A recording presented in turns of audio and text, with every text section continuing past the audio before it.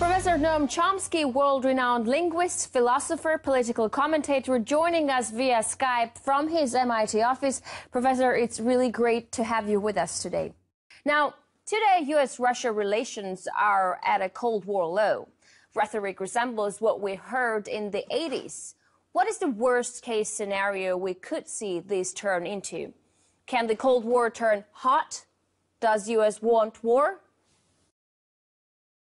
The worst scenario, of course, would be a nuclear war, which would be terminal, both for the state that initiates it, which would be wiped out by the consequences, and that's the worst case. And it's come ominously close several times in the past, dramatically close, and it could happen again by not planned, but just by the accidental interactions that take place, as has almost happened. It's worth remembering that just 1 century ago, the First World War broke out through a series of such accidental interchanges. The First World War was horrifying enough, but the current reenactment of it means the end of the human race. President Obama came to power promising to work towards complete global nuclear disarmament. Well, now there is plans to spend $1 trillion on nuclear arms in the next 30 years. Well, with major powers only acquiring more nukes, it's only obvious that the others will want as well. So could we see the nuclear non-proliferation regime crumble in the near future? We can think back as far as 1955, when Bertrand Russell and Albert Einstein produced an appeal, a joint appeal to the people of the world, in which they said to all of us, you have a choice that is stark, unavoidable. The question is, will you eliminate war, or will you eliminate the human race? Those are your choices. And we've come awfully close several times since. The missile crisis in 1962 was described by Kennedy's associate historian Arthur Schlesinger as the most dangerous moment in history. He was quite right. Came very close to nuclear war. There have been many cases, not that serious, but pretty close, where a few minutes, human intervention with a few minutes choice has prevented a nuclear war. You can't guarantee that that's going to continue. It may not be a high probability each time, but if you play a game like that with low probability risks of disaster over and over again, you're going to lose. And now, especially in the crisis over Ukraine and the so-called missile defense systems near the borders of Russia, it's a threatening situation. Mm-hmm. Professor, U.S. Secretary of Defense Chuck Hagel said the U.S. needs to deal with Russia's army on NATO's doorstep. But as you yourself put it, America's red lines are firmly placed at Russia's borders. What are American red lines doing on Russia's borders? Well, his statement was interesting. Of course, he's correct. But NATO's borders have been expanded to reach Russia's borders. This takes us back to the collapse of the Soviet Union around 1990. There was an agreement between Gorbachev and President Bush #1, that NATO would not expand 1 inch to the east. That meant to East Germany. That was the agreement. As soon as the agreement was made, NATO was expanded to East Germany. Gorbachev was naturally infuriated, but he was informed by President Bush and his Secretary of State, James Baker, that this was only a verbal agreement. There was nothing on paper, which is true. There was nothing on paper. And Gorbachev had no choice but to accept it. And President Clinton came along, next president, and within a couple of years that expanded NATO even further. In fact, one might ask why NATO even continued to exist. The official justification for NATO was that its purpose was to defend Western Europe from Russian hordes who might attack Western Europe. You can ask how plausible that explanation was, but at least that was the official explanation. Well, 1990, 1991, no Russian hordes. Natural conclusion, okay, let's disband NATO. The opposite happened. NATO expanded. Its mission changed. The official mission of NATO, became to control the global energy system, sea lanes and pipelines. That means to control the world. And of course, it's a US-run intervention force, as in Kosovo and Serbia in 1999. It's a US-run intervention force. That's the new NATO, and it did expand to Russian borders.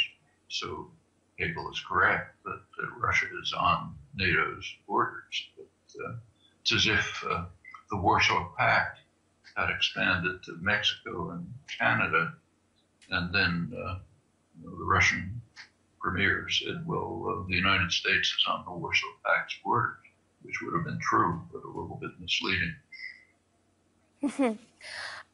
Watching and reading the U.S. media, it's hard not to be surprised at the calls for war in one form or another. I mean, there are wordings like red lines, no options off the table, lethal aid, troops on the ground, and all of this is presented like it's no big deal. And not only in the press, but by the government officials as well. Now, you are a scientist of words, of mind. You are, a political activist. What do you make of it? Why are Americans apparently so ready to go to war? Well, I don't think they're ready to go to war, but the commitment to sort of control the world is very strong and pretty natural. After all, this is the one global superpower. And this incidentally goes way back. So the peak of American power in history was around 1945. In 1945, the United States literally had half the world's wealth. And very naturally, American leaders wanted to design and organize a world system which would benefit primary domestic centers of power. That essentially means the U.S. corporate system. The origins of the multinational corporation began to develop at that time, abetted by the Marshall Plan and so on. And there were detailed plans for assigning to every part of the world what was called their function within the global system. That began to collapse very quickly. There's a lot of talk these days about American decline, which is correct, but it's rarely recognized that the decline began at once. In 1949, there was a serious blow to U.S. global hegemony, China's independence. There's a name for that in U.S. history and Western history. It's called the loss of China. But just think about that phrase for a minute. Loss of China. I mean, I can lose my computer. I can't lose your computer, right? I can only lose what I own. And the assumption, the tacit assumption is we own China. We own the world. So if any part of it becomes independent, there's the loss of China, or the loss of Indochina, the loss of the Middle East, and so on. However, it's worth recognizing, going back to your comment, that there is criticism of this in very prestigious places. So the leading establishment journal in the United States is Foreign Affairs, the journal of the Council on Foreign Relations. That's as central to the ruling dominant establishment as you can get. Now, their last issue, the lead issue, advertised with letters on the front page, was an article by a well-known international relations specialist, John Mearsheimer, with with the headline something like, the West is responsible for the crisis in Ukraine.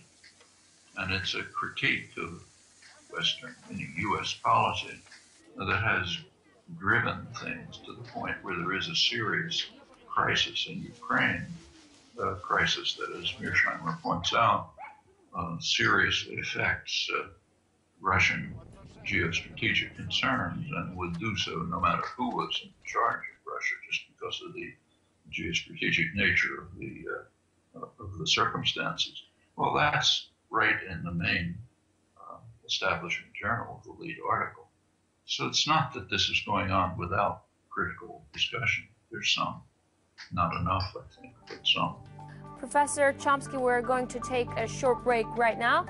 When we're going to come back, we'll continue talking to world-renowned academic Noam Chomsky. Stay with us.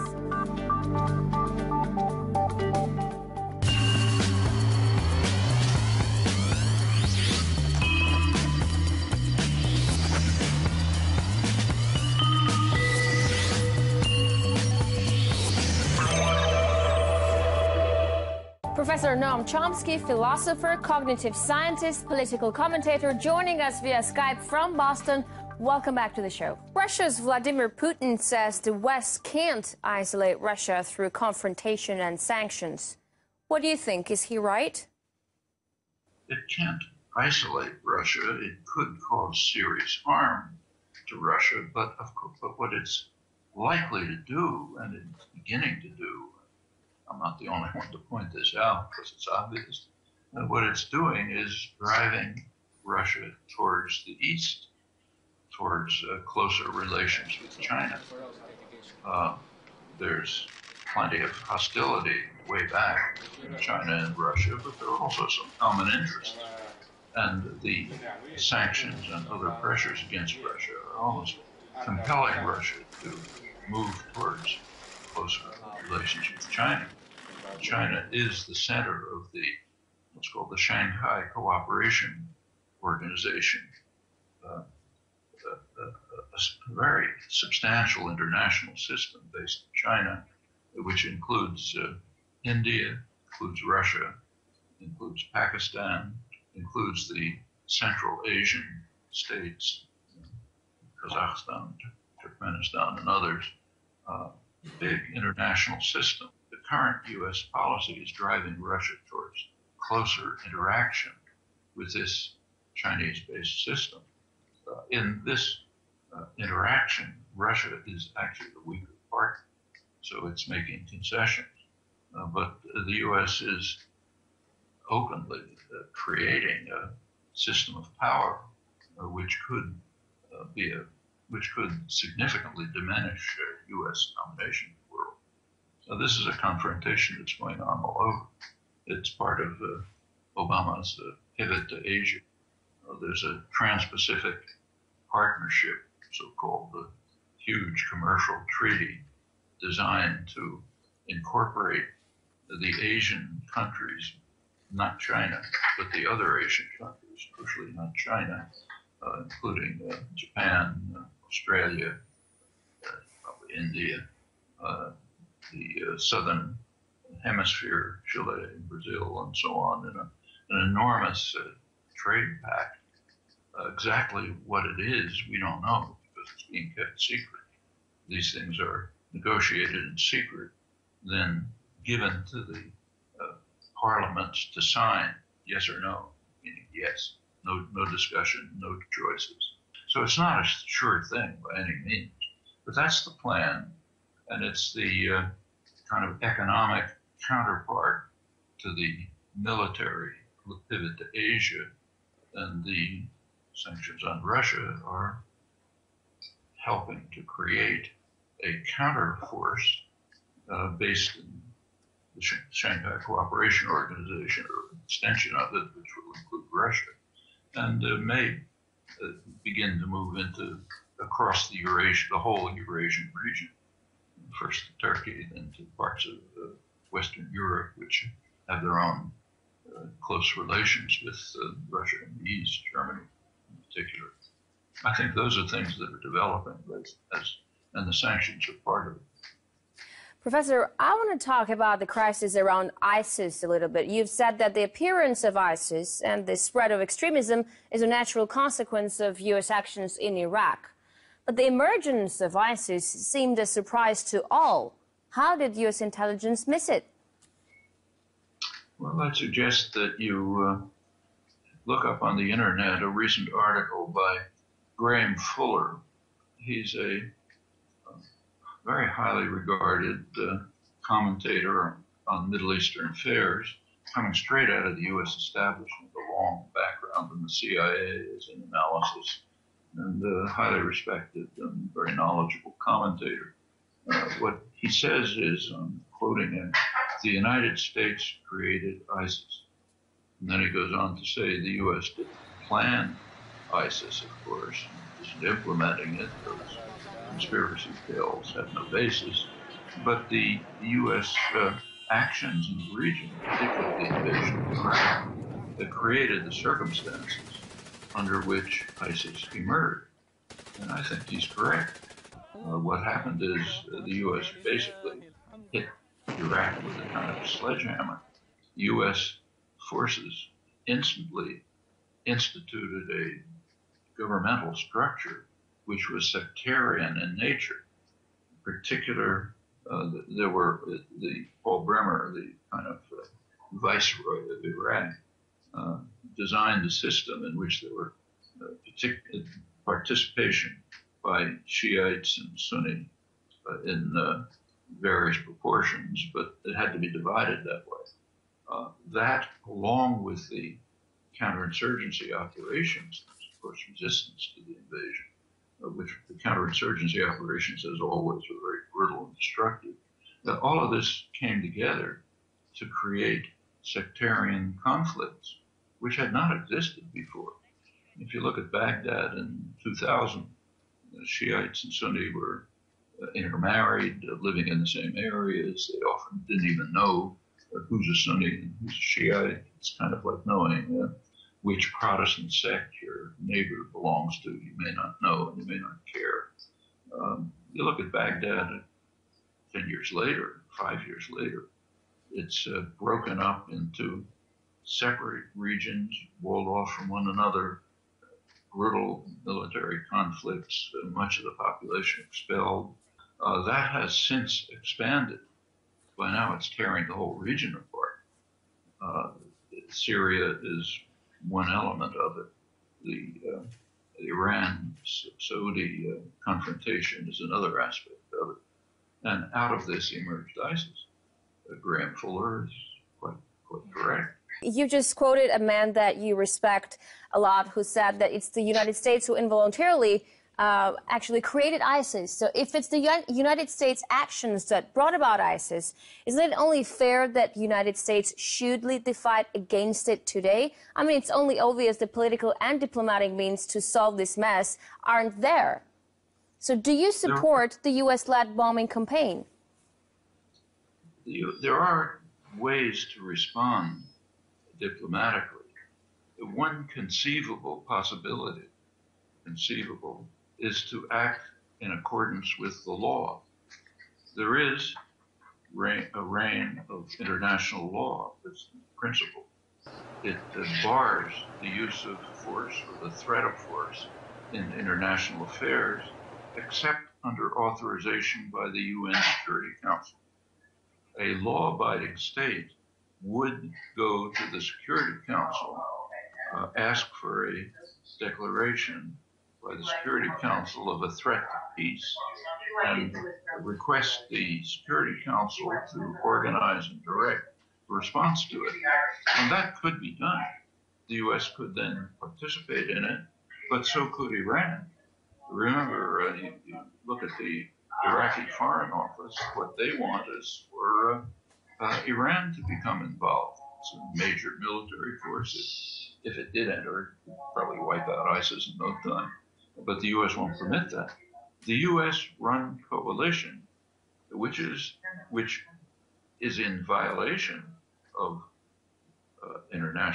basic international law, excludes Iran, excludes the PKK, and its affiliates, which apparently are doing the ground fighting, according to the U.S., they're a terrorist group. Turkey, which is the closest U.S. ally, is opposed to them. The central U.S. ally, Saudi Arabia, is actually that's been the source of both the funding, the main source of the funding of ISIS, but also it's the ideological source. It's the Wahhabi, Salafi extremist, radical Islamic doctrines, which are kind of a fringe of Islam, that's Saudi Arabia. A fringe of that radical doctrine is ISIS. So this coalition is, it's kind of a meaningless coalition apart from being illegal. There would be ways of handling of at least approaching the problem legally, which could work. Mm-hmm. And just my final question on a different topic. The FBI is now looking into an apparent second Edward Snowden, but previous whistleblower revelations have failed to make any real dent in the system. Why would this be any different? Talking about NSA spying isn't stopping NSA spying. It's not stopping NSA spying. It's not stopping the spying being done by Britain, the spying being done by France, the spying being done by other countries. I'm sure Russia's doing it. The states are very resistant to interference with their powers. Of course, the NSA system, the U.S. is far and away the technologically most advanced country in the world, so these are more extensive in the United States, but it's duplicated in China and Britain, Russia, no doubt, other countries. And yes, you're right, it hasn't stopped. Well, in fact, it's expanded. It's a real major attack on human rights. And the major threat is that if it becomes sort of tacitly accepted because of the fact that it's not stopped, it's just going to go on. It'll go on to the point where there are literally tiny drones, fly-sized drones, that can be on the ceiling of your living room, listening to what you're saying and sending it back to the central government office. Now, there are no limits to this. Already, if you have a cell phone, even if it's off, you can be tracked by NSA and other technologies. So this is a really dangerous development. Snowden made a major contribution by exposing it, but there's a long way to go. There has to be a citizen reaction which will put an end to these practices.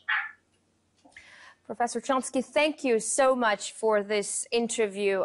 We were talking to world-renowned academic, American linguist, thinker, activist Noam Chomsky, talking about what's in store for Russia-U.S. relationships, also crisis around ISIS, and is the next whistleblower scandal going to be any different than Edward Snowden? Thanks a lot for this interview.